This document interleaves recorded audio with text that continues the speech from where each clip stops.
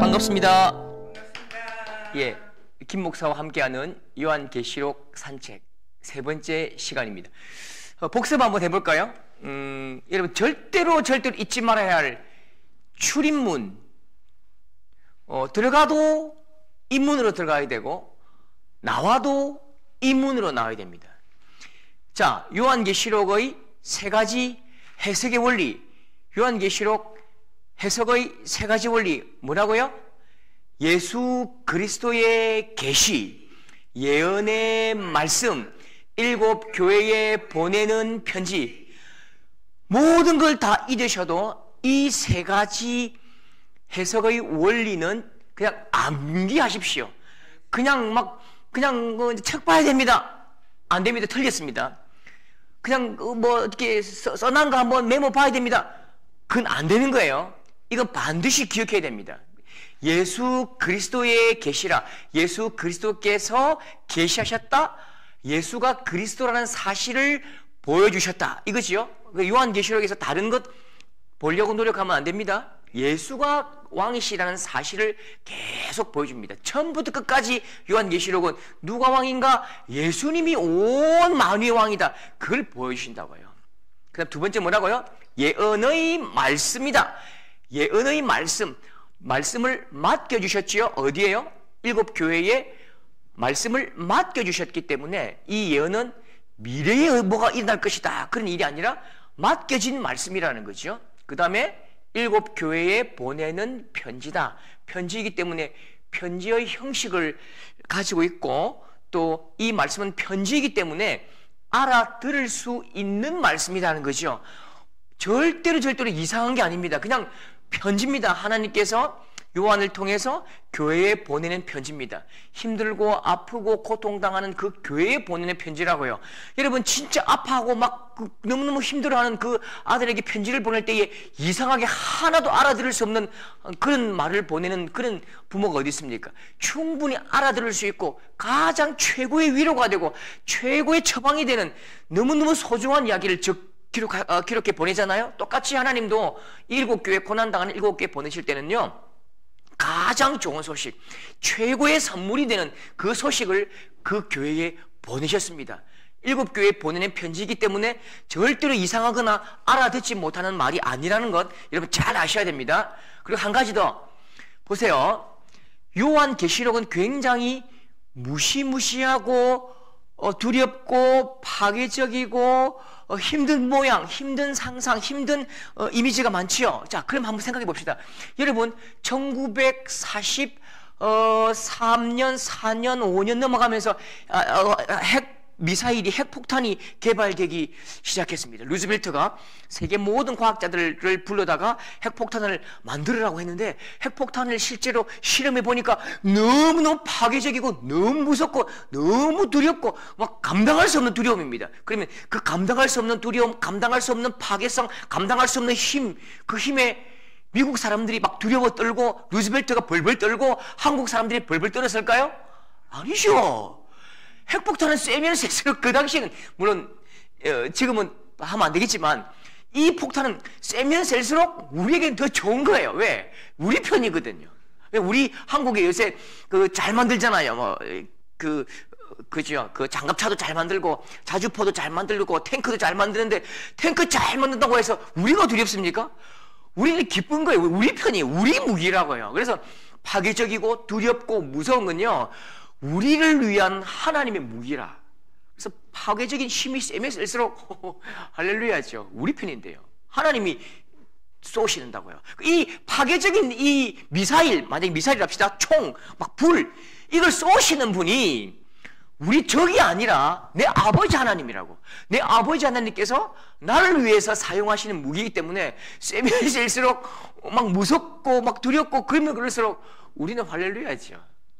그렇죠? 우리는 기뻐하고 하나님을 알지 못하고 하나님을 미워하는 그들이 두려워하고 우리는 행복해하고 사탄 마귀가 두려운 거죠. 그래서 이 두렵고 힘든 이 모양들을 우리가 이렇게 이해할 수 있어야 됩니다. 자, 그 다음에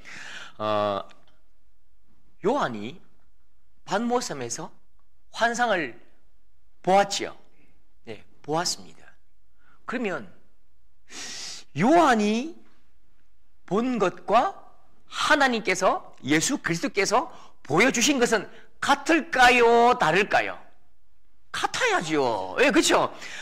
예수님은 이걸 보여주셨는데 요한이 이걸 이야기하면 그건 다른 거죠. 계시가 전혀 다른 것입니다. 자, 그러면 예수님이 보여주신 것과 요한이 말한 것은 같아요. 요한이 기록한 것은 같습니다. 그러면 요한이 보고 가르쳐 준 것, 우리에게 보여준 그것과 우리가 아는 것은요, 같아야 됩니까? 틀려야 됩니까? 같아야죠. 그러면 예수님께서 보여주신 것과 우리가 아는 것이 같은 거예요. 이게 다르니까 문제가 생기는 거예요. 그러면 요한이 본 게 뭘까요? 하나님께서 가르쳐 주신 요한계시록에서 보여주신 게 뭐죠?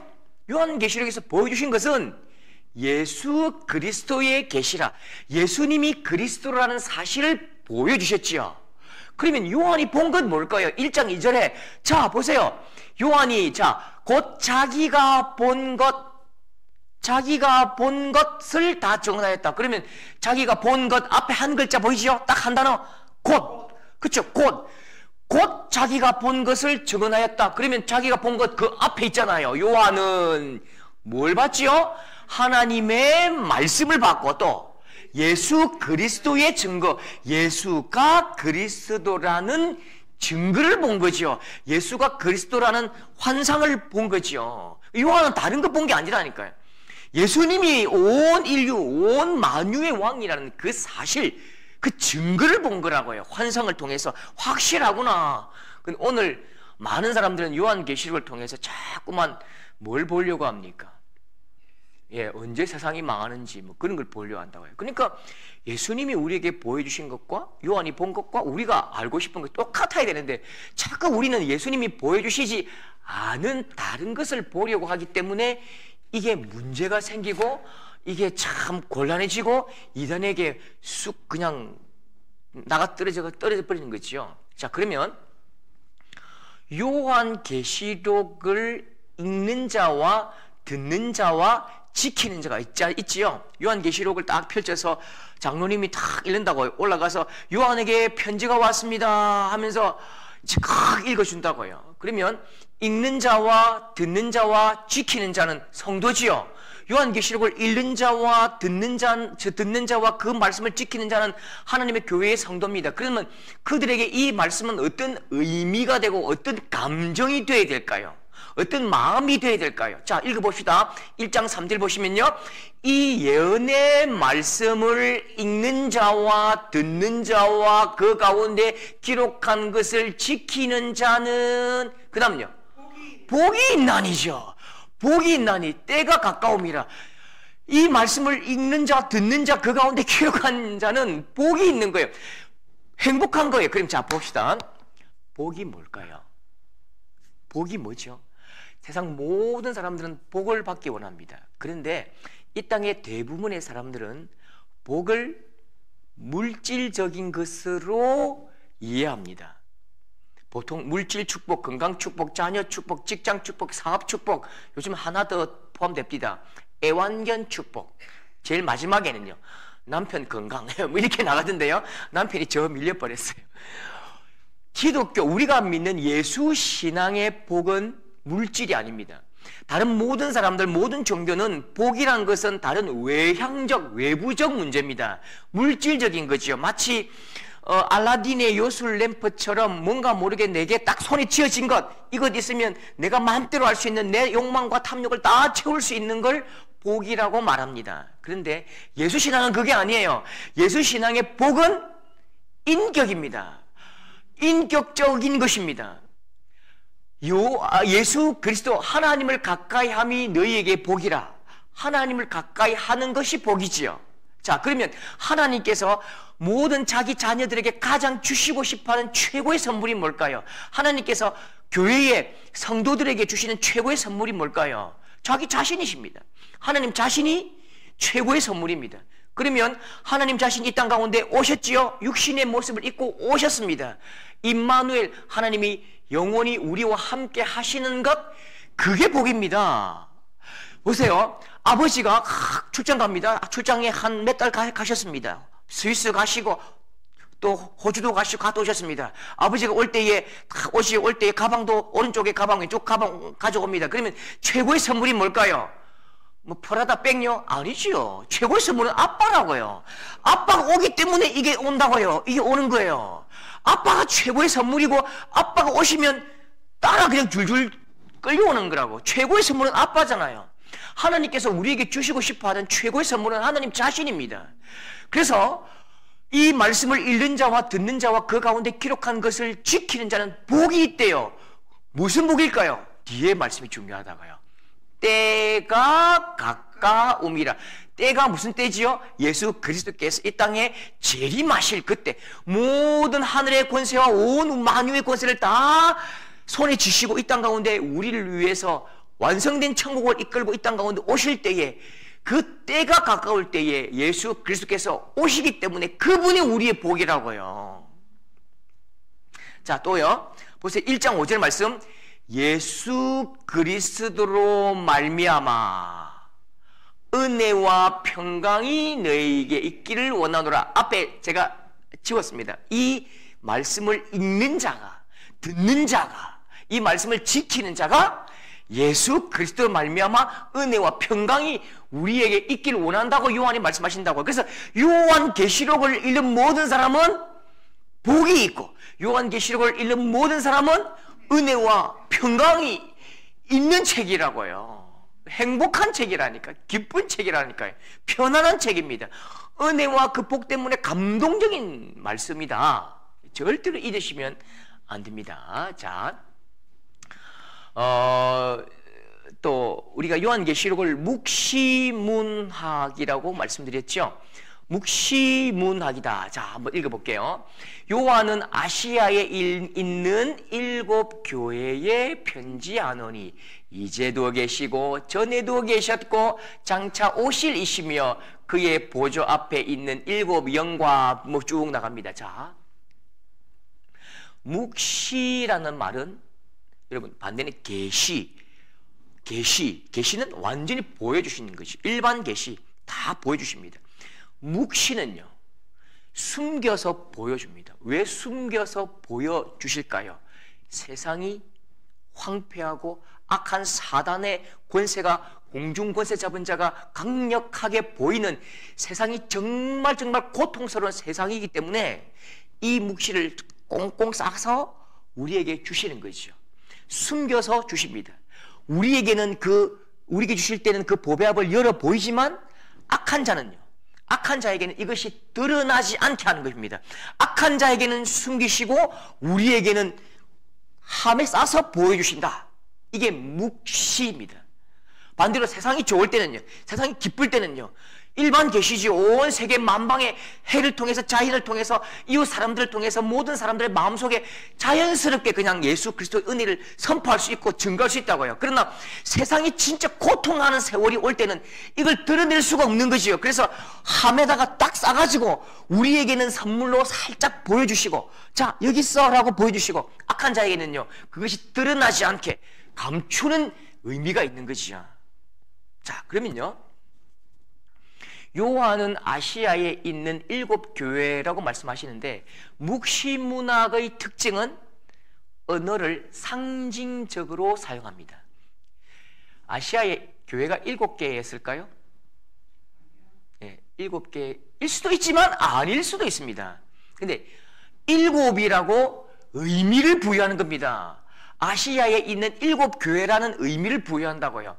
자, 우리는 하나, 둘, 셋 이렇게 수를 셀 때는요, 정확성이 더 중요합니다. 그런데 히브리 전통은, 유대 전통은 의미가 더 중요하다고요.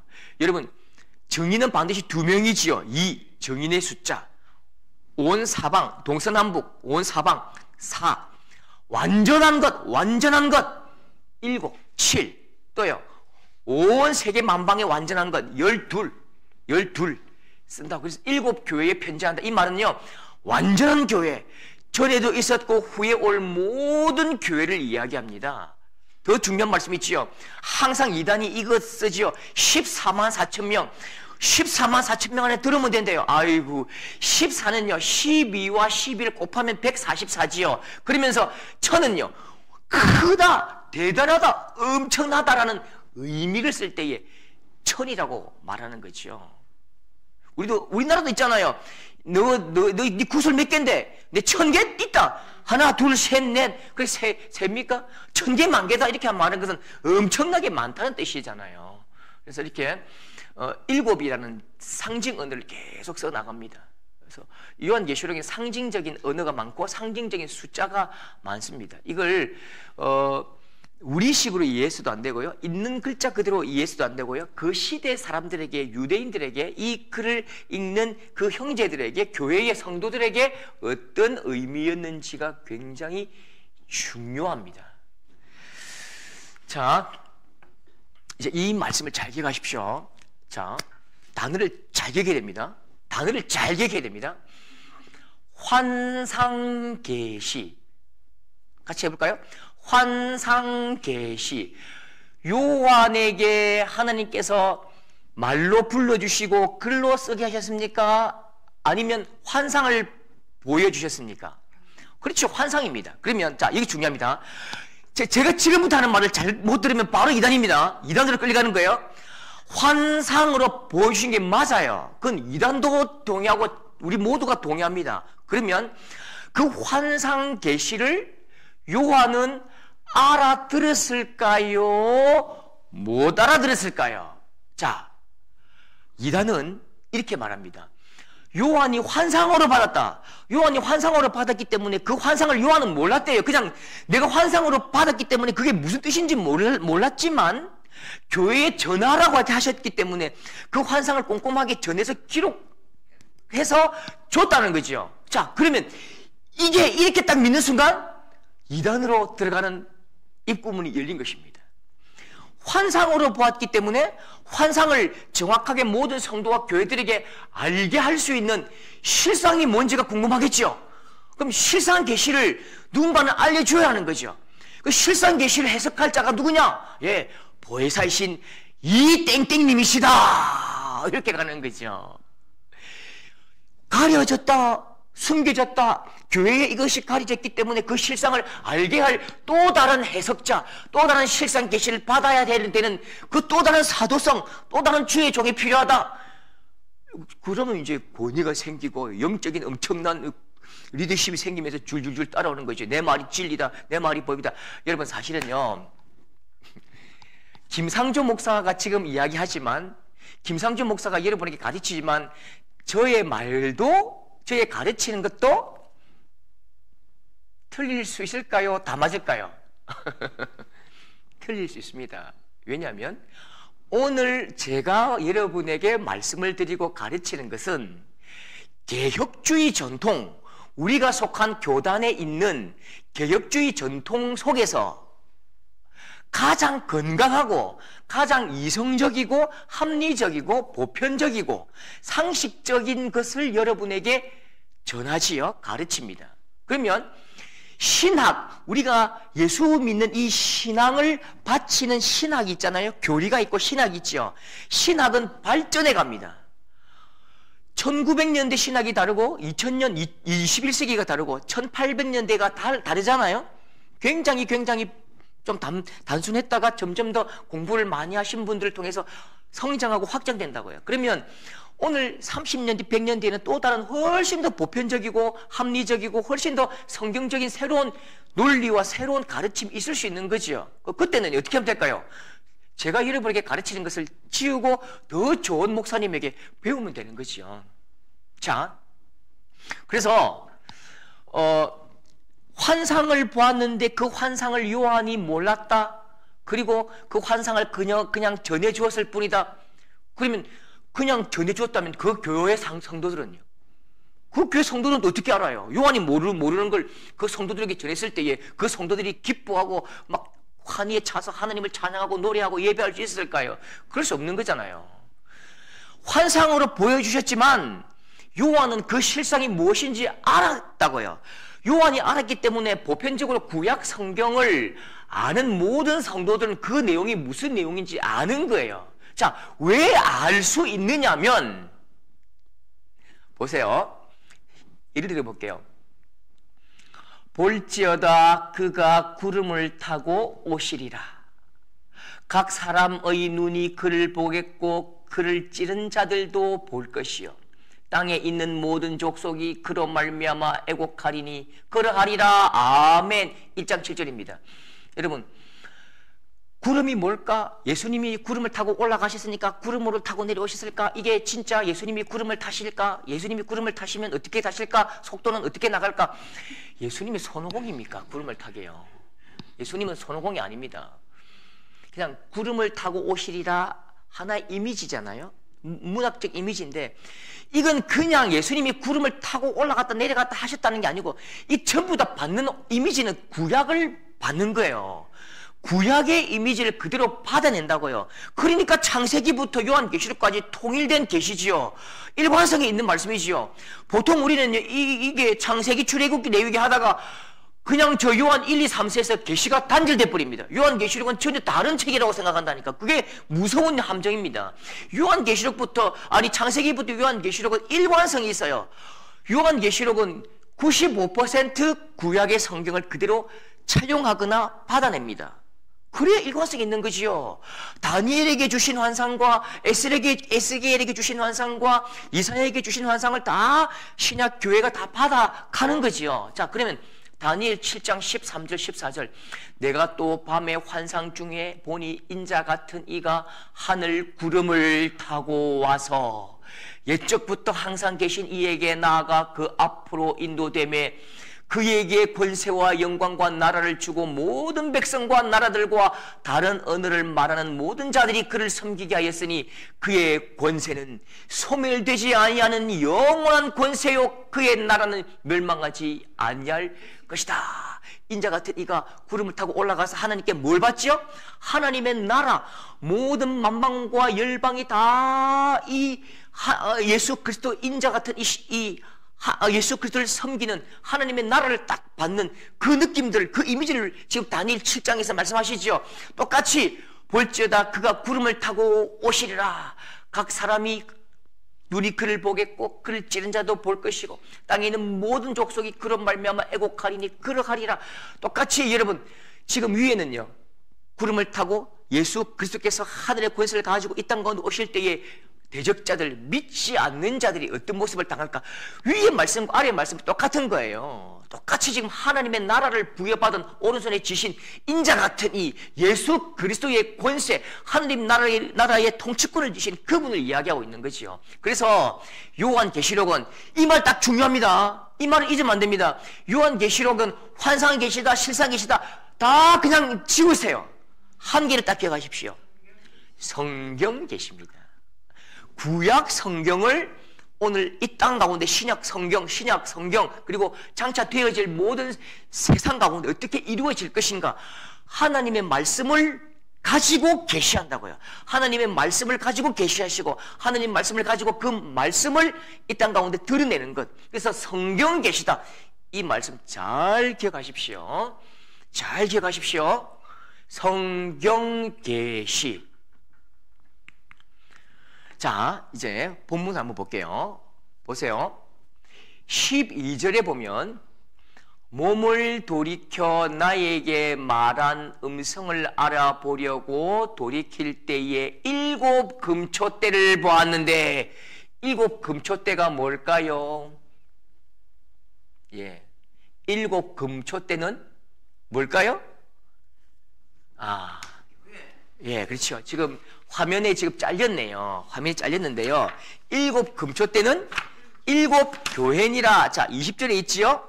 내가 본 것은 내 오른손에 7 별의 비밀과 또 7 금초대라. 7 별은 7 교회의 사자요. 7 촛대는 7 교회니라. 7 촛대는 7 교회니라. 상세하게 이 예언의 말씀을 이 의미가 무엇인지를 말해주고 있는 부분이 있어요. 그 성경 안에요. 그러면 어렵고 힘든 그 상상 아니면 어렵고 힘든 그 단어를 그 요한계시록에서 말해주는 부분은 다른 생각을 하면 안 되겠지요.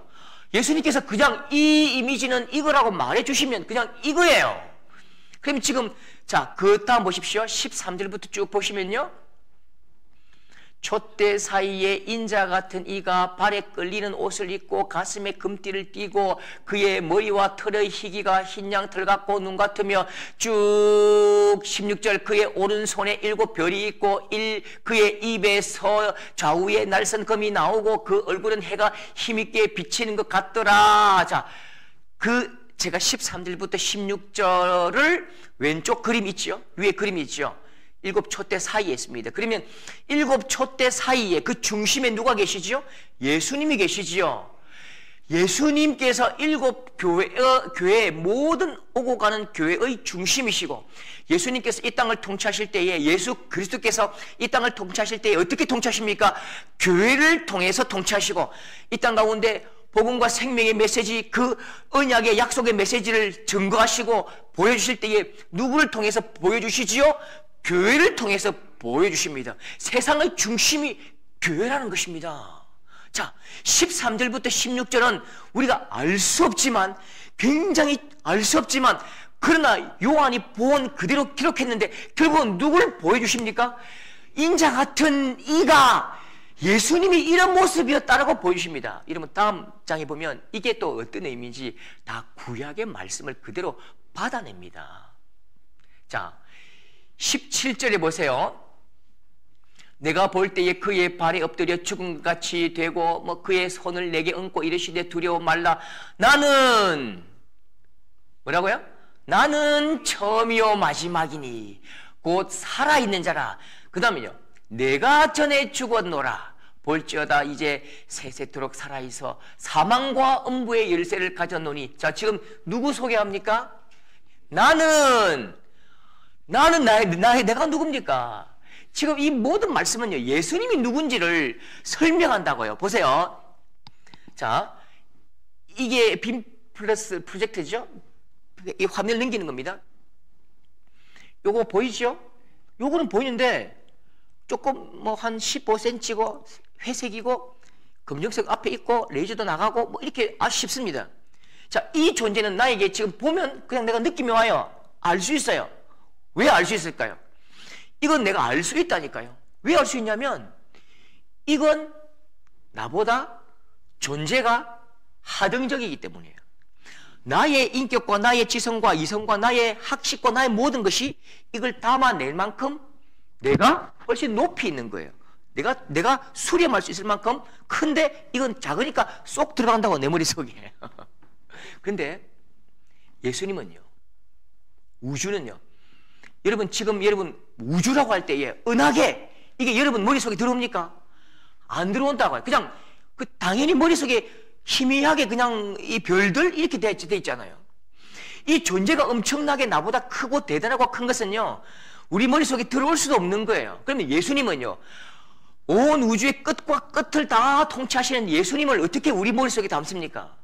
담을 수가 없기 때문에 어떻게 할 수 있습니까? 어떻게 할 수 있어요? 보여주신 만큼밖에 알 수 없는 거예요. 계시하신 만큼밖에 알 수 없는 거예요. 그 계시도 보세요. 이게 종입니다. 이게 종인데 내가 이 종이보다 한 점이라면 우리는 이 종이의 큰 걸 알 수 없기 때문에 이 한 부분밖에 말할 수 없는 거예요. 조금 가다가 또 한 부분 말할 수밖에 없는 거예요. 조금 가다가 또 이 부분밖에 말할 수 없는 거예요. 그래서 이 부분 이렇게 맞추면요, 외계인처럼 마치 이상한 모습을 된다고요. 우리 언어가 부족하기 때문이에요. 13절부터 16절도 보십시오. 요한에게 보여주신 그 장면을 다 종합해서 그리면요, 굉장히 이상할 것입니다. 그런데 요한에게 보여주신 예수 그리스도는 온 우주를 통치하신 엄청난 분이기 때문에 작은 부분 한 부분, 조금 요 작은 부분 한 부분, 그렇게 요한이 보고 표현할 수 있는 언어의 최대한 좋은 언어, 합당한 언어로 표현했을 뿐입니다.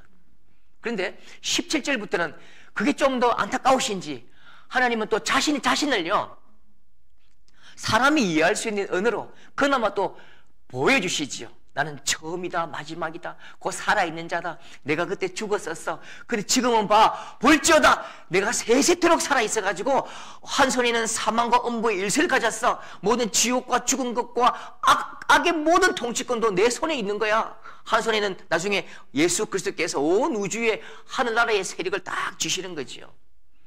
그래서 예수 그리스도는 이런 분이다라는 것들을 계속 말씀하십니다. 여러분 요한계시록 1장부터 끝까지 이렇게 말합니다. 예수님이 누구냐? 예수님이 이런 분이야 라고 이야기를 하는 거지요. 자, 다시 한번 보겠습니다. 보세요. 한 번 더 중요합니다. 13절 보세요. 한번 예를 들어 볼게요. 촛대 사이에 인자 같은 이가 발에 끌리는 옷을 입고 가슴에 금띠를 띠고, 또 이게 무슨 말이야? 이게 참 어렵다. 어렵지 않다니까요. 우리는 구약을 모르기 때문에 어려운 거예요. 구약 성경을 아는 그 유대인 성도는 딱 아는 거예요. 촛대 사이에 인자 같은 이가, 촛대가 뭐라고 할까요? 교회잖아요. 7교회 사이에 인자 같은 이 예수님께서 발에 끌리는 옷을 입고 가슴에 금띠를 띠고, 왜 그럴까요? 레위기 6장 10절 제사장은 세마포 긴 옷을 입고, 다니엘 10장 5절 그때에 내가 눈을 들어 바라본 적 한 사람이 세마포 옷을 입었고 허리에는 우바서 순금띠를 띠었더라. 다 구약 성경에 예언된, 아니 보여주신, 미리 보여주신 그 이미지를 그대로 오시는 거죠. 여러분 예수님은 어떻게 오셨지요? 여러분 2000년 전에 예수님이 그 당시에 예수라는 사람이 많습니다. 엄청나게 많은 사람들 이름이 예수예요. 예수야 부르면 아마 전부 다 되돌아 볼걸요. 근데 우리가 믿는 그 예수님은 누구지요? 어떤 예수님이지요? 구약에 예언된 대로 오신 예수님이지요. 구약 성경을 성취하시는 예수님. 그래서 마태복음에 보면 함을 이루려 하심이라, 구약 성경을 이루려 하심이라 그렇게 기록되어 있잖아요. 그래서 예수님은 다른 이상한 모양으로 오신 게 아니라 구약 성경의 그 모습 그대로 오십니다. 그래서 레위기 제사장은 세마포 긴 옷을 입고, 이 말씀은 예수님의 그 직분, 왕과 선지자와 제사장의 직분을 가지신 삼중직을 가진 분이다라고 말씀하시는 것이죠. 나중에요, 제사장이 백성들의 죄를 사하듯이 예수님께서 십자가를 짊어지시고 모든 죄를 사하시잖아요. 제사장적인 직분을 지금 보여주신다고요. 그 다음에 스가랴 4장 2절도요. 그가 내게 묻되 내가 무엇을 보느냐? 내가 대답하되 내가 보니 순금 등잔대가 있는데 그 위에는 기름 그릇이 있고, 또 그 기름 그릇 위에 7 등잔이 있으며, 그 기름 그릇 위에 있는 등잔을 위해서 7 관이 있고, 전부 다 7 등잔, 7 관. 이미 스가랴 말라기, 다니엘 다 예언된 그 말씀대로 예수님께서 다시 보여주신다고요. 그래서 404구절 중에 300구절은 구약의 이미지를 사용합니다. 구약의 이미지를 그대로 사용하지 않더라도 95%는 연관이 있는 거죠. 요한계시록은 전혀 창세기, 출애굽기, 레위기, 요한복음과 다른 게 아니라 똑같은 하나님의 말씀이고 구약의 성경을 그대로 받은 일관성 있는 하나님의 말씀이다. 이거 잘 아셔야 됩니다. 여러분 잘 아시겠지요? 자, 그러면 3강 여기서 마치겠습니다. 다음에 4강에서 뵙겠습니다. 감사합니다.